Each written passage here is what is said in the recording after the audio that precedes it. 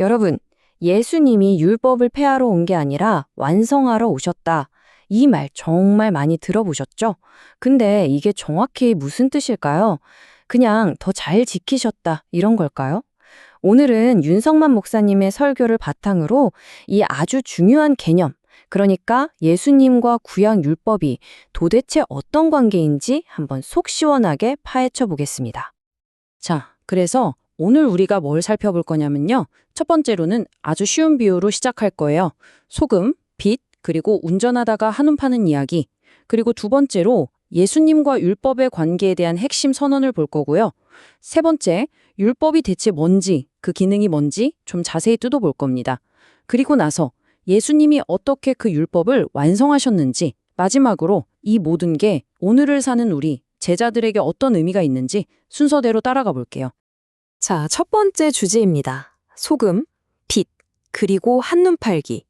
제자의 행동이 어디서 시작되어야 하는가? 사실 위대한 가르침이라는 게 뭐 별거 있나요? 보통 우리 일상에서 겪는 문제에서 시작되더라고요. 이 설교도 바로 그렇습니다. 우리 모두가 아, 맞아 하고 무릎을 탁 칠 만한 그런 상황으로 한번 들어가 보시죠. 혹시 이런 경험 있으세요? 진짜 중요한 순간에 잠깐 딴 생각하다가 위험에 처했던 경험. 설교에서는 이걸 운전하는 상황에 빗대어 설명해요. 운전하다가 잠깐 스마트폰 보거나 뭐 다른 생각하다가 아차 싶었던 순간 다들 한 번쯤은 있잖아요?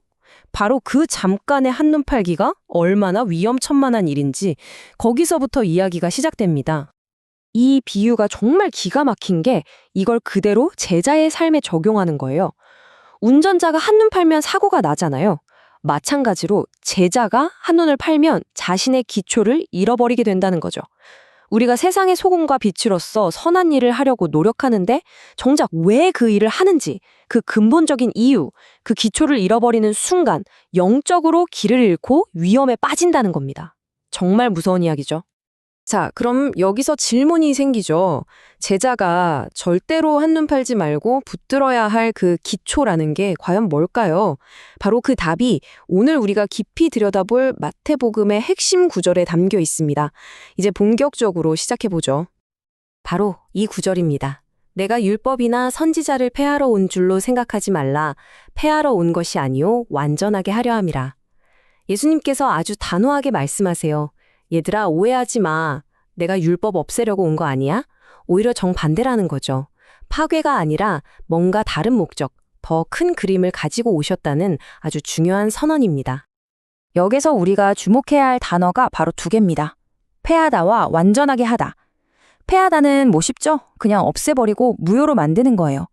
그런데 완전하게 하다는 뭘까요? 이게 단순히 율법 조항을 하나도 빠짐없이 완벽하게 지킨다 이런 뜻을 넘어서는 개념이라고 설교는 설명합니다. 율법이라는 게 처음부터 어떤 목적지를 향해 달려가는 경주 같은 거였는데 예수님께서 그 최종 목적지, 그 계획된 끝까지 도달하게 하셨다는 의미라는 거죠. 와, 이거 생각보다 훨씬 깊은 뜻이죠? 자, 그런데 여기서 잠깐 예수님이 완성하셨다는 그 율법, 그게 도대체 뭘까요? 우리가 보통 율법 하면 뭔가 딱딱하고 지키기 어려운 규칙들만 떠올리잖아요. 이 율법의 정체를 먼저 명확하게 알아야 예수님이 뭘 완성하셨는지도 제대로 이해할 수 있겠죠?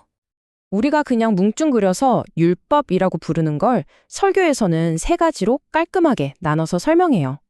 첫째는 제사 지낼 때 쓰는 의식법, 둘째는 고대 이스라엘이라는 나라의 법이었던 시민법, 그리고 마지막으로 셋째가 바로 십계명 같은 도덕법입니다.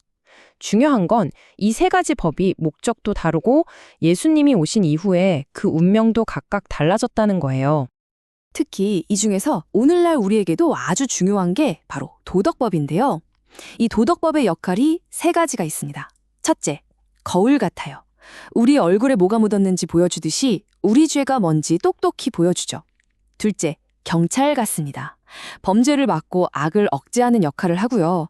그리고 셋째, 이게 정말 중요한데 바로 길 안내자 역할을 합니다. 아, 내 힘으로는 도저히 이 법을 다 지킬 수가 없구나, 구원자가 필요하구나 하고 깨닫게 해서 결국 우리를 그리스도께로 이끌어준다는 거죠. 자, 이제 퍼즐 조각이 거의 다 맞춰진 것 같네요. 율법이 뭔지, 그리고 그 역할이 뭔지도 알았으니까요. 그럼 이제 진짜 핵심으로 들어가 보죠. 예수님이 율법을 완성하셨다. 그 계획된 끝으로 이끄셨다는 게 구체적으로 도대체 무슨 뜻일까요? 율법이 가리키는 첫 번째 목적지는 바로 심판입니다. 아주 냉정하죠? 율법은 죄가 뭔지 명확하게 보여주고 죄의 삭은 사망이다라고 선언합니다. 이게 바로 율법의 공의로운 요구예요. 피할 수가 없죠. 바로 이 지점에서 예수님이 등장하십니다. 율법이 우리에게 요구했던 바로 그 형벌, 그 죽음의 대가를 예수님께서 십자가 위에서 대신 다 짊어지신 거죠. 이걸 통해서 율법의 심판이라는 목적을 예수님이 자신의 몸으로 완성시키신 겁니다. 그런데 율법에는 또 다른 면이 있어요. 마치 동전의 양면처럼요. 한쪽 면이 심판이라면 다른 쪽 면은 약속입니다.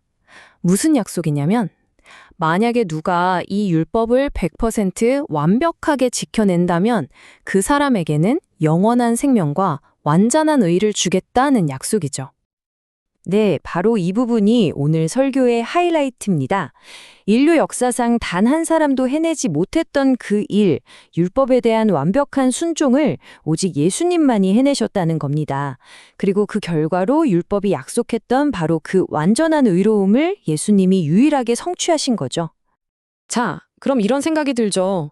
아니, 예수님이 율법의 요구인 심판도 대신 받으셨고, 율법의 약속인 의로움도 다 이루셨다고? 그럼 우리는 이제 뭘 해야 하지? 바로 이 질문이 우리를 마지막 그리고 가장 중요한 적용점으로 데려갑니다. 그런데 예수님이 여기서 정말 듣는 사람 입장에서는 거의 절망적인 말씀을 하세요. 너희 의가 서기관과 바리새인보다 더 낫지 못하면 결코 천국에 못 들어간다.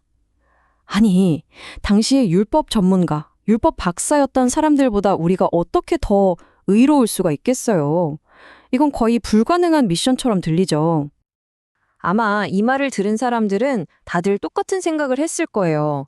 아니, 평생을 율법만 파고들고 그거 지키려고 안간힘을 쓰는 저 전문가들도 안 된다는데 우리 같은 보통 사람이 대체 무슨 수로 저 기준을 통과하란 말이야?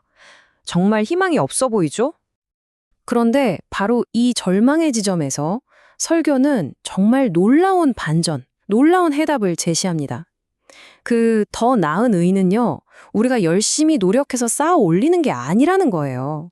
그게 아니라 율법을 완벽하게 완성하신 예수님의 그 의로움을 우리가 믿음으로 그냥 선물로 받는 거라는 거죠. 내가 만드는 게 아니라 받는 겁니다. 자, 그럼 이제 마지막 질문이 남습니다. 정말 중요한 질문이죠. 만약 우리의 의로움이 전적으로 예수님께로부터 온 선물이라면 그럼 우리는 왜 선하게 살아야 할까요? 왜 성경은 계속해서 우리에게 소금이 되고 빛이 되라고 말하는 걸까요? 이 선한 행실의 진짜 목적은 무엇일까요? 어쩌면 이 질문에 대한 답을 찾아가는 것이야말로 오늘 우리가 나눈 이야기의 진짜 시작일지도 모르겠습니다.